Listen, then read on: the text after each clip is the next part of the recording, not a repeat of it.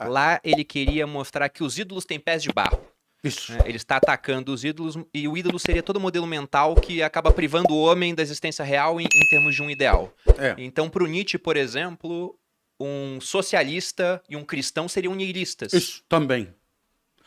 Sim, por quê? Porque, no final das contas...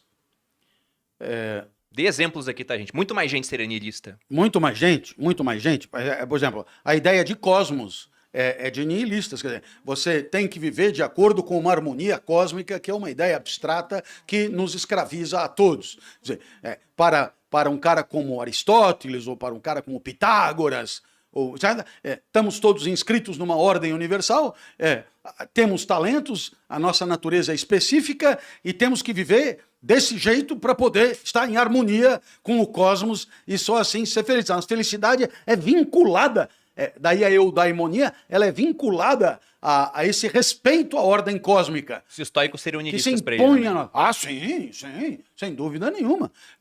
Então, qual é a graça da história?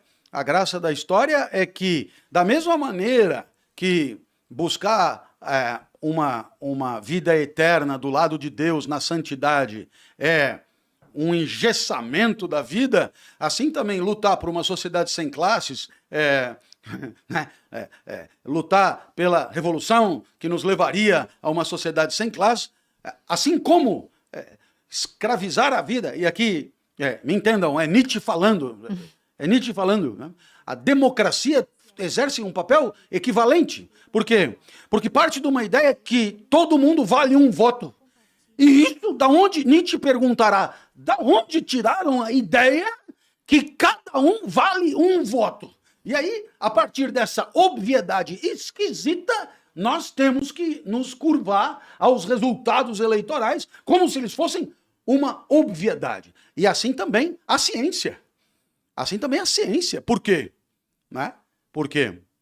Porque a ciência é o tipo da produção engessada pelos protocolos metodológicos, de tal maneira que não importa o cientista. Qualquer um que aplicar o mesmo método ao mesmo objeto deverá chegar ao mesmo resultado. Perceba, há um desprezo pela particularidade da força vital do cientista, digamos assim. Em nome do quê? Em nome da busca de uma verdade que nos engessa e, portanto, nos põe de joelhos diante de premissas indiscutíveis. Né? Então, eu já citei aqui 4 exemplos interessantes. A luta de classe e a sociedade sem classe. O paraíso, seja ele qual for, né? O paraíso, a democracia, por que não os direitos humanos, bem como a ciência, são, diria, resquícios do nihilismo que ainda gritam por aí, aqui e acolá. Essa é a ideia. Eu insisto bem, claro, isto é o que propõe o autor, né? Porque para você pegar e cortar no meio as coisas e, né, colocar isso como sendo eu falando, é evidente que, sobretudo no quesito da ciência, da democracia, dos direitos humanos, eu discordo. Não é questão de dizer, olha, sou um nihilista assumido, eu não faço questão nenhuma de que, digamos, a particularidade do cientista apareça, né, desde que a ciência nos traga a vacina. Porque é bem legal sair metendo o pau à torto e à direito no que disser e tal, né? Mas às vezes lá atrás, até mesmo o crítico, né, só conseguiu fazer a sua filosofia porque se beneficiou de descobertas nihilistas, propriamente. É bom ter feito esse disclaimer, porque é muito fácil pegar um episódio que vai ter, sei lá, 1h40, pegar 1 minuto da sua fala E jogar lá pro STF. Olha o que o Cláudio está falando de democracia. E não, pô, era uma opinião do Nietzsche no final das contas. Então, não venhamos a confundir as coisas aqui. E até aproveitando esse gancho do crepúsculo dos ídolos, onde ele questiona esses modelos mentais, religião, por exemplo, e aí muita gente que é cristã fala, poxa, falou de Nietzsche, eu já não quero saber, por conta da afirmação dele de que Deus está morto.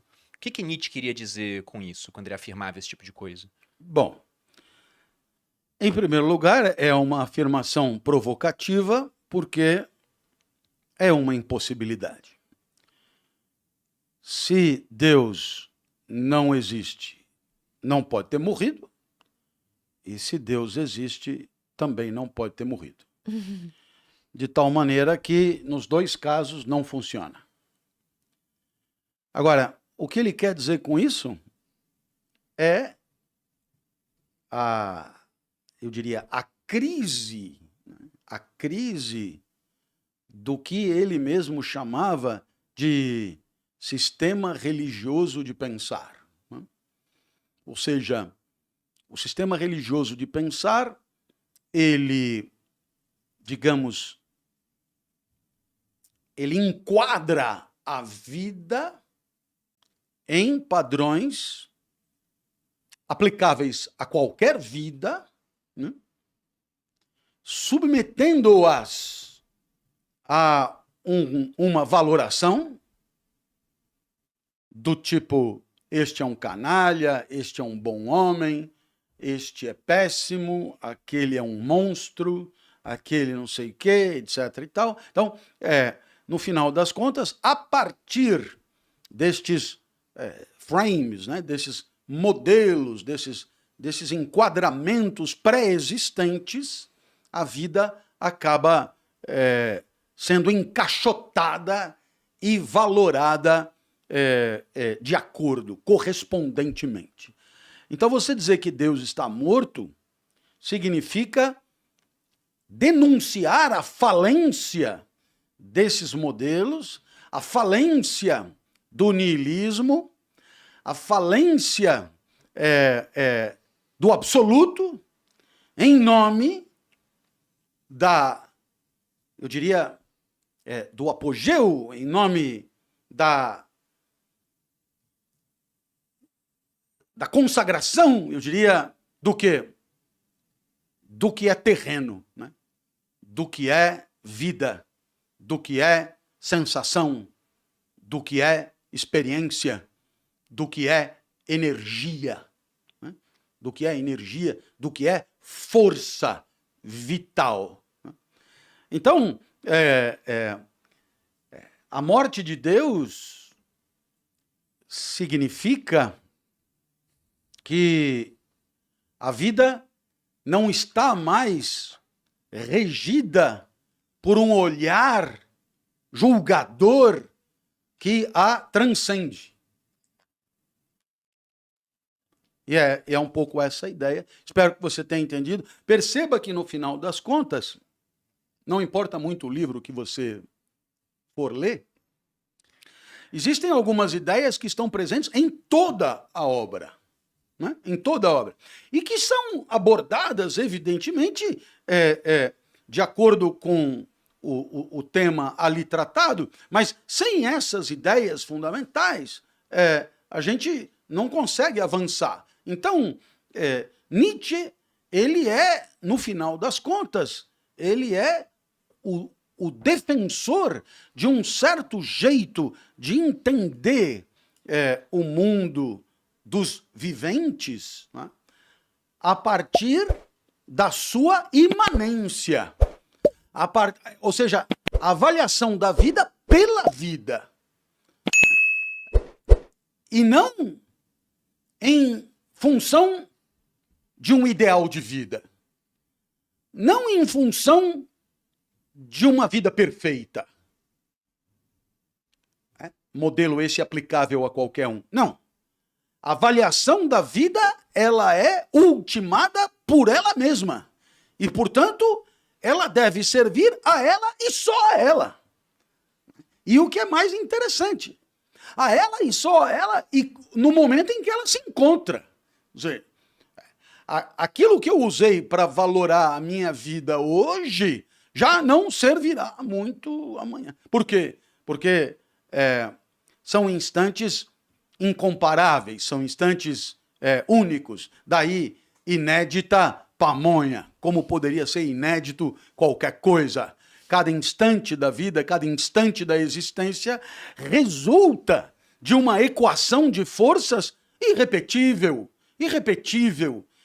Portanto, chamar o professor que veio aqui falar dos estoicos para falar de Nietzsche e esperar uma espécie de continuidade, repetição, identidade ou igualdade é desconsiderar o trânsito e o fluxo do mundo da vida.